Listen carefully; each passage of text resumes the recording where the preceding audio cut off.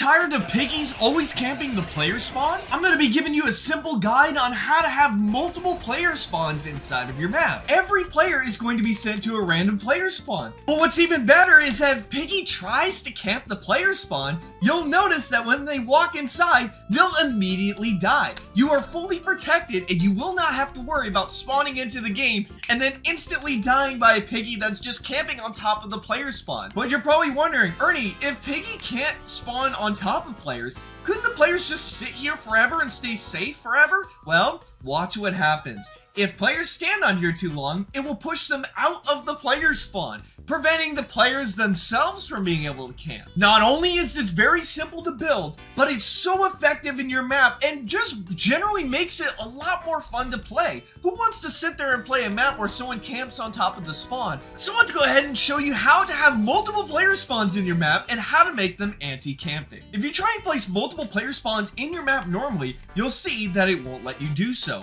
You can only have one. First, what you're going to do is you're going to go somewhere far away from your map or even underneath your map, and you're going to create a dark black block. You're going to want to make sure this block is not only black, but make sure it is the neon texture since it doesn't reflect light. It looks like perfect darkness. And then what you're going to do is basically you're going to create a pod. And you can see this is where the players are going to sit inside of, and then the roof on top. There, you're going to open this up. We're going to move this block out of the way so we can edit the inside here. Place a touch trigger on this block and then lower it down inside of here. Go into the touch trigger settings. You're going to go ahead and set it over to these settings here. So now if anybody touches this block, if they're standing directly onto it, it's going to activate this touch trigger. Now, place down a half slab on top of this block, and right on top of that, you're going to take an invisible powered block and you're going to place it directly on top. Now go ahead and delete the slab and then take this new invisible block and move it downwards. Take the touch trigger and link it directly to this new invisible powered block. Now you're probably wondering what this mechanism does, and I'll show you exactly how it works here. So if we walk on top of this, it's gonna move us up and down rapidly. This will allow you to teleport players one at a time. If it wasn't for this invisible block moving people up and down, people would all just stand on this touch trigger at the same time and it would teleport almost nobody. Next, we're gonna place a randomizer and we're gonna go ahead and connect our touch trigger directly to this new randomizer. I recommend that you keep this setting on remove choice and restart. Now let's go ahead and create our multiple player spawns. So what we're gonna do is we're gonna have a player spawn here. Maybe we'll have one over here as well. We're gonna create ourselves 4 different player spawns. But ideally, you can have as many as you want. You're gonna wanna make sure you set this to 0. Now all we gotta do is connect our randomizer to all of our brand new player spawns. So we're gonna go ahead and connect it here, here, here, and here. And boom, we basically have this mechanism set up. So now all we gotta do left is we're gonna go ahead and take our player spawn and we're gonna move it to be inside of this new little starting pod, I like to call it. Make sure that the player spawn is placed right on top of here. We're gonna go ahead and close this back up and we're basically done. It is ready to go. But we're gonna add a backup safety thing. We're gonna place down another randomizer. We're gonna go ahead and set it to the same setting, which is this, and we're gonna connect this randomizer to all of the same exact player spawns again. We are going to add a manual teleport option in here. Now, just in case someone has a weird avatar and maybe their feet aren't able to trigger this touch trigger, we're gonna have a manual prompt that we can put inside of here. That way people can actually teleport, you know, in case they get stuck. So we're gonna go ahead and take a prompt trigger here. We're gonna go ahead and just name it to press to teleport.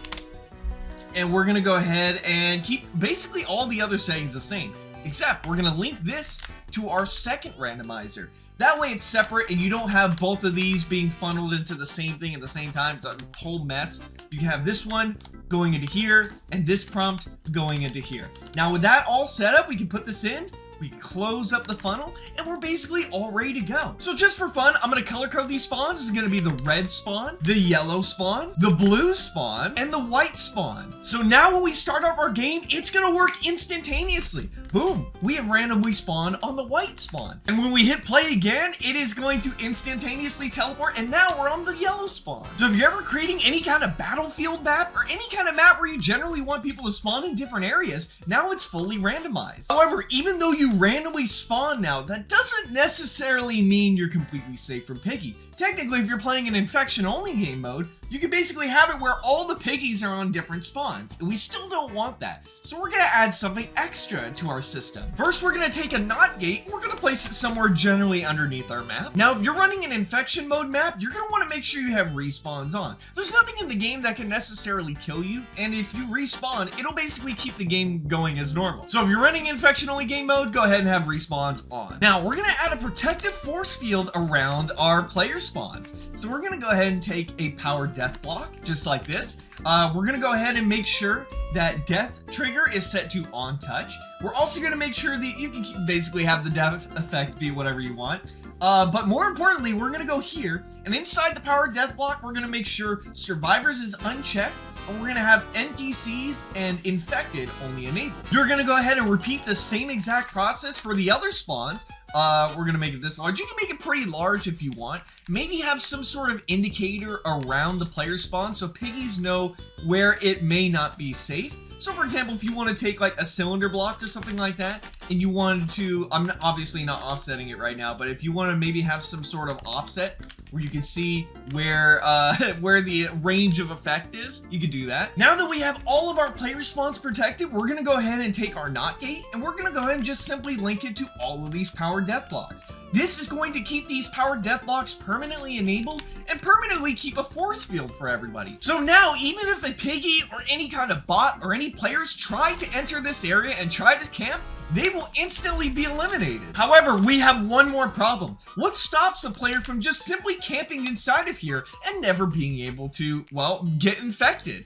Well, we need to have a fix for that as well. First, we're gonna place a touch trigger inside of the entire area where this death block is going to be. So we're gonna go ahead and make it basically the same exact size. We're gonna go ahead and make sure this touch trigger is set to players and survivors only with these settings. Now, we're gonna place a timer underneath our map. Go ahead and take this touch trigger. You're gonna go ahead and connect it to the timer under the map. Set to 15 seconds. And we're gonna place another timer directly next to it with this timer going into the next timer. And this timer is going to be set to about 0.3 seconds. Now take an invisible block and you're gonna go ahead and make it about this long, and then you're going to put it underneath the ground. That way you can see that this portion at the very bottom is going to be one block underground. The reason why we do this is so that people don't get stuck underneath like this when this block eventually spawns. So when it's underneath like this, it just pushes us out. We're gonna take this first timer, we're gonna connect it directly to this brand new block. We're gonna move this block to be in the direct center. Another invisible block, very similar to this, except it's going to be the same exact size as our large box. Except once again, it's going to be doing one block into the ground. Our second timer here, and we're gonna connect it to our larger portion. Do is just move it directly inside of here, alongside our touch trigger as well. I post a lot of videos on build mode tutorials like this, new update information for Piggy, and etc. So if you wanna see more of this on your feed, make sure you subscribe.